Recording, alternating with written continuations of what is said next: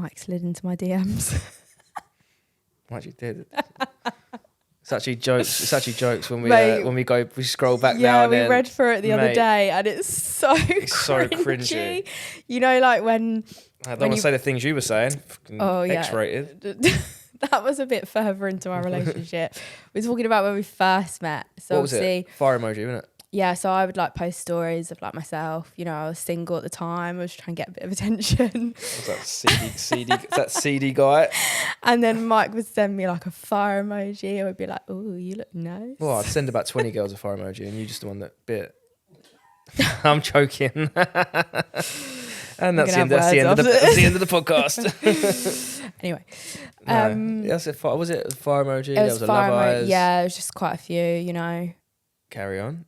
So yeah, fire emoji, and DM me on Insta, moved over to WhatsApp, you know, when you get to the point where you feel comfortable enough to move over to WhatsApp.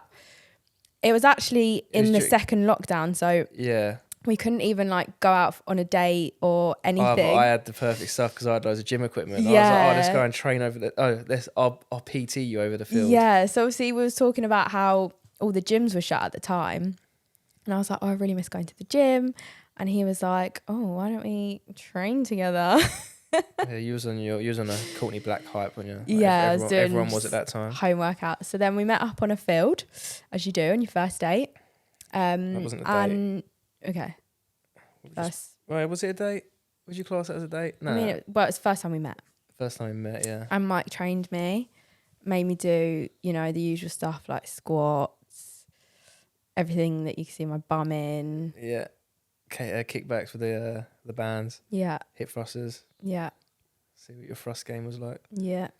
I got you running as well. Got me running. And you did it. I was like sweating. Mate, do you know what cracks me up? Mate, if I got you to run now, you'd be like, fuck off. Whereas then you gave it everything. I literally did. I really did.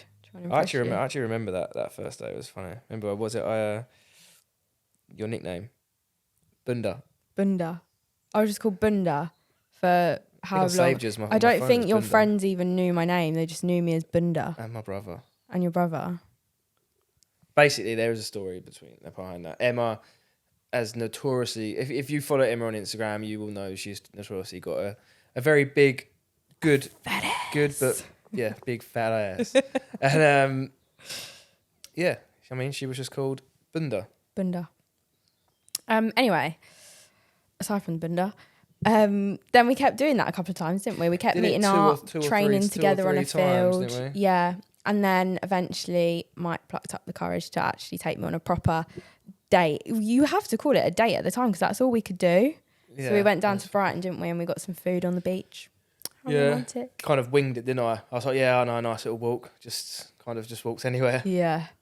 Got a Turkish. Worked out pretty well. So we walked down, round, got a Turkish, sat on the beach, watched the sunset, and that was date one. Date two, the terrible one, the ick one. What was date 2? Oh God! Right, girls who are listening, you're gonna get the ick because this is the first time. It was on the second date, so it was quite soon, but it's the first time that Mike gave me. I didn't give you the ick. You gave me the ick. Was it actually ick? Was it? So obviously it was lockdown.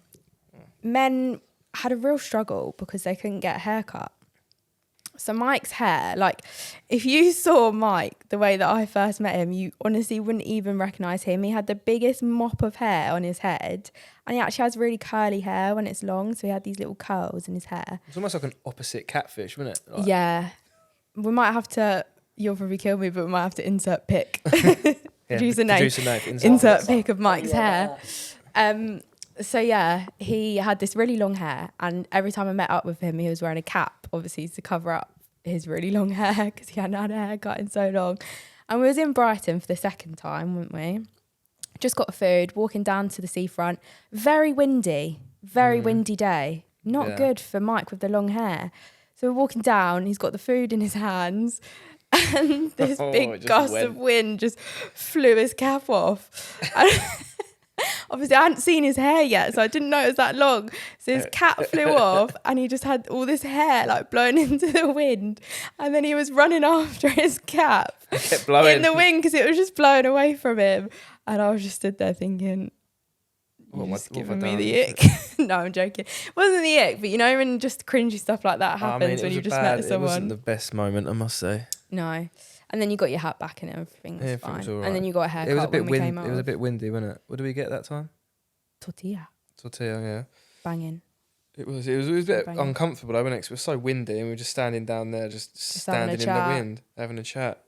And you told me that your mum had already stalked me on Facebook. Yeah. Michelle. Michelle. Mate, mums are detectives though, aren't they? Especially on old Facebook. Yeah.